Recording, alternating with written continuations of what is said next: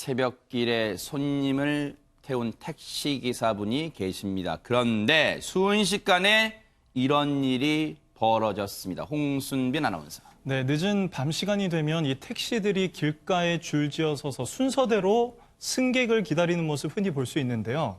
한 택시 운전기사에게 이런 일이 일어났다고 합니다. 당시 영상으로 당시 모습을 확인해 보도록 하겠습니다. 네, 지금 한 승객이요. 어제 새벽에 남양주시 아파트 단지에 세워져 있는 택시에 탑승합니다. 지금 오른쪽에 승객이 탑승하는데요. 지금 저게 택시 내부의 모습인데 뭔가 좀 실랑이가 벌어지는가 싶더니 택시가 출발을 해요. 네. 그런데 얼마 지나지 않아 저 승객, 저 실랑이가 점점 커지기 시작합니다. 네. 심지어 택시가 휘청거리는데요. 어허. 뭔가 좀 불길한 예감이 드는데 네. 택시 안의 모습을 보면 지금 택시 안에서 승객이 운전기사를 폭행하기 시작한 겁니다. 지금 주먹을 휘두르는 모습인데요. 네. 영상으로 저희가 좀 뿌옇게 처리했는데 어허. 지금 피해자는 40대 운전기사였습니다. 여성이었어요. 아하. 네. 저렇게 방어 자세를 취하는데 아랑곳하지 않고 승객이 운전기사를 계속 폭행하는데요. 네. 지금 술에 취한 네네. 지금 말씀하세요. 술에 취한 승객이 여성 택시 운전기사를 무차별 폭행하고 달아나고 네. 이후에 운전기사가 경찰에 신고하는 모습입니다. 네.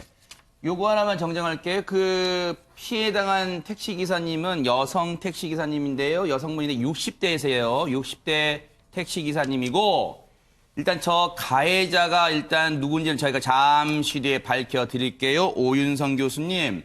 일단 저희가 앞서 우리 홍순빈 아나운서 설명처럼 폭행 장면이 있다 보니까 화면을 좀 뿌옇게 처리했습니다만 어쨌든 저렇게 뿌옇게 처리해도 이 행동이 고스란히 드러납니다. 네, 그렇습니다. 지금 아마 이제 저 사건 이전에 그 폭행을 한 가해 남성이 술에 취한 것도 있고요. 아마 뭐 기분이 나쁜 일이 있었던 것 같아요. 네. 그런데 이제 기분이 나쁜 것을 지금 엉뚱하게 이 택시 그 기사, 그것도 이제 여성인데 그분에 대해 가지고 이제 본인이 그 뭔가를 화풀이를 하는 건데 네. 우리가 이제 통상 이제 자극 전환 이론이라 그래 가지고 네. 뭔가 이게 그 자기가 딴 데서 스트레스를 받으면은 엉뚱한 사람한테 우리가 스트레스를 푸는 그것을 우리가 일종의 화풀이 이론이라고도 합니다. 네. 그런데 지금 그 같이 죽겠다라고 하면서 저렇게 차를 틀고 운전대를 틀고 상당히 이제 위험하죠. 네. 저 때가 이제 새벽 시간이기 때문에 주변에 이제 차들이 없었기 때문에 망정이지. 네. 그렇지 않으면은 아마 중앙선 같은 걸 넘어가지고 대형 사고로 발전할 수 있는 그러니까요. 그런 어떤 가능성도 있었단 말이죠. 네. 그런데 지금 저 여성분이 이제 그 60대라고 하시는데 네. 상당히 그 잘 대처를 하셨어요. 네. 그래서 무차별 폭행을 당하는 그 순간에도 본인이 112에 신고를 했어요. 네. 그래가지고 경찰이 바로 출동을 해가지고 본인을 구하게끔 하고 네. 그리고 이제 바로 또 가족에게도 연락을 해가지고 구급대에 의해서 병원에 옮겨져서 치료를 받을 수가 있었습니다. 네. 당시에 앞서도 보셨지만요. 요즘 택시는 대부분 그렇게 차량 내부를 비추는 블랙박스 장치가 다 되어 있습니다.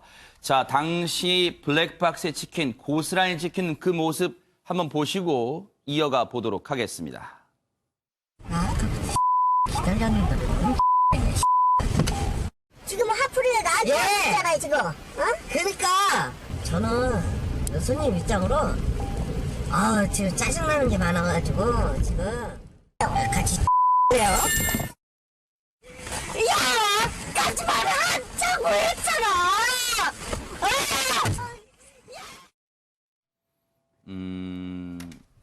저 영상을요, 앞선 영상 보시면 저 가해자가 도주를 합니다. 저렇게 무차별 폭행 저지르고 도주하고 겨우 정신 차려서 이 기사님이 112에 신고를 했고 다행히 이제 경찰의 도움을 받아서 병원으로 가셨어요. 그런데 저 영상은요, 저 피해를 당하신 기사님의 따님이 경찰에 제공도 하고 이렇게 하셨어요. 얼마나 최명기 원장님 얼마나 진짜 딸의 입장에서는 가슴이 찢어질까요, 진짜로? 네, 택시를 갖다 운전한다는 게 아직은 남성이 많이 하는 일로 우리가 이제 생각하고 있잖아요. 네. 그런데 여성분이 하신다는 거는 대단한 이제 용기인 거거든요. 네. 그리고 더군다나 밤에 일을 하게 되니까 아마 딸의 입장에서는 항상 엄마가 저런 일이 생기면 어떡하나 걱정도 되고요. 네. 그런 다음에 또 결국 저 엄마가 네. 왜 저 일을 하겠어요. 저게 만약에 본인이 뭐 좋은 물건 사고 잘 먹고 잘 살겠다고 하는 게 절대로 아닐 거거든요.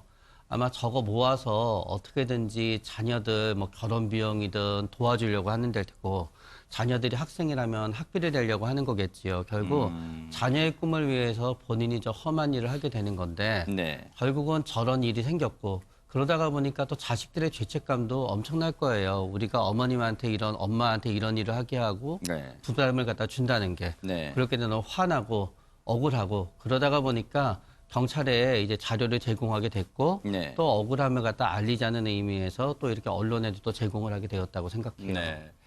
아니 그러면 저렇게 무차별 폭행을 하고 도망을 쳐버렸는데 장영 교수님 그럼 경찰이 저 가해 남성을 아직도 못 잡은 거예요? 어떻습니까? 아니, 잡기는 잡았어요. 아, 뭐 그래요? 자진 출두를 했다고는 하는데 네. 뭐 저 일이 있고 본인이 스스로 경찰에 뭐 정말 순수하게 자진 출두했다고 보기엔 조금 어려운 게 왜요? 경찰이 블랙박스랑 CCTV 등을 일단 확인을 해서 아하. 저 가해자의 신원도 확인을 했고요. 사는 아. 집까지 찾아냈습니다. 그래서 집에 이 포위망이 검거망이 좁혀왔군요. 그렇죠. 그러니까 어디 사는지도 알고 누군지도 알게 됐고 네. 집에 갔더니 이제 가족들에게 이제 이런 일이 있었다라고 이야기를 하니까 가족들이 이 가해자를 설득을 해서 이제 결국은 자진 출두를 하게 됐습니다. 네.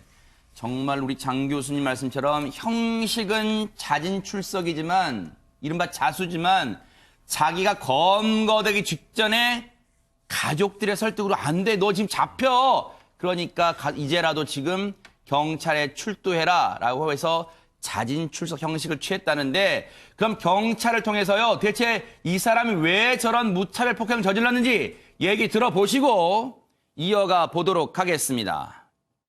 가해자가 이제 새벽이니까 택시가 없잖아요. 네.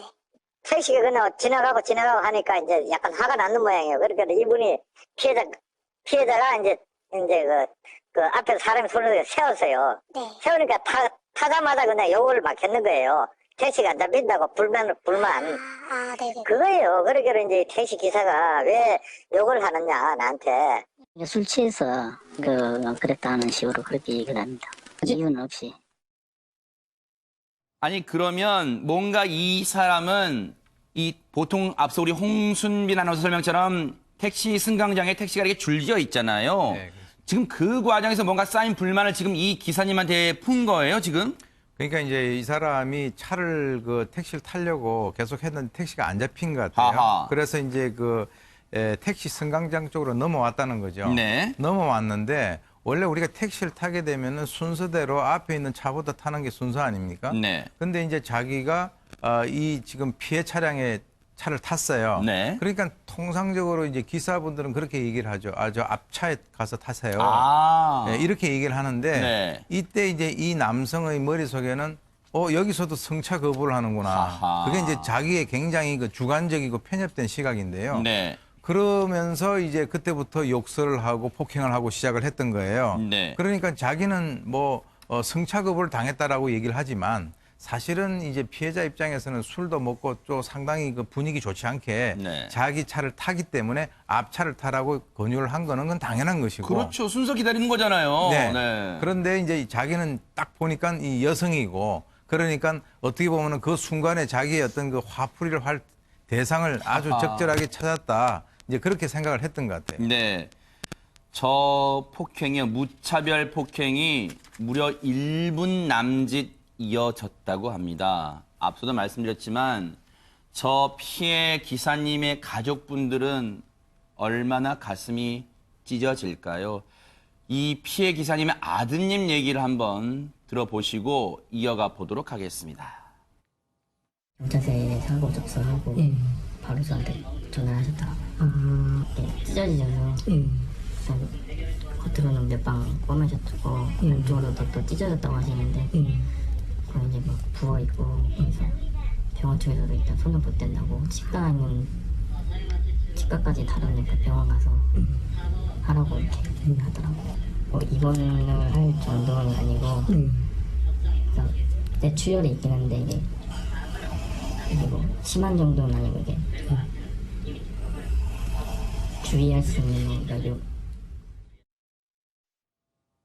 지금 아드님 목소리 들으셨죠? 얼마나 착잡합니까? 사실은 저희가 여러분께 다 보여드리진 못합니다만 저희는 그 피해 기사님의 그 입원해 계신 그리고 얼굴 상태를 저희가 사진으로 접했습니다만 정말 차마 형용할 수가 없습니다. 그걸 아드님, 따님이 보셨을 때 얼마나 가슴이 아플까요? 김민주 변호사님, 그러면 이 남성 자진 출석 형식은 취했습니다만 그럼 범행을 순순히 인정하고 있습니까? 어떻습니까? 네, 가해자는 공부는 살만한 대답을 했는데요. 네. 저런 짓을 해놓고도 기억이 나지 않는다. 네, 이렇게 대답을 하고 있는 상황입니다. 네. 사실 저 딸이 SNS에 처참해진 어머니의 저 사진을 올리면서 얼마나 네. 가슴 아팠을지 짐작조차 되지 않는데요. 그렇죠. 우리나라에서는 사실 그 운전 중인 운전자를 폭행하는 경우에는 단순 폭행죄보다 훨씬 더 가중해서 처벌을 하게 그래요? 돼 있고요. 예, 특가법상 운전자 폭행죄의 경우에는 단순 폭행이 2년 이하의 징역이라면은 네. 운전자 특가법이 적용된 폭행은 5년 이하의 폭행일 경우에 5년 이하, 상해일 경우에는 벌금도 없습니다. 3년 이상의 유기징역형이 처해지기 때문에 굉장히 그 가중 처벌이 되기 때문에 대중교통을 이용하시는 분들의 경우에는 이런 점을 유의하셔야지 될 것 같고요. 네. 또 내 가족이 소중하듯이 이렇게 대중교통 운전하시는 운전자분들도 맞아요. 누군가의 소중한 가족이다라는 생각을 좀 하셨으면 네. 좋겠습니다.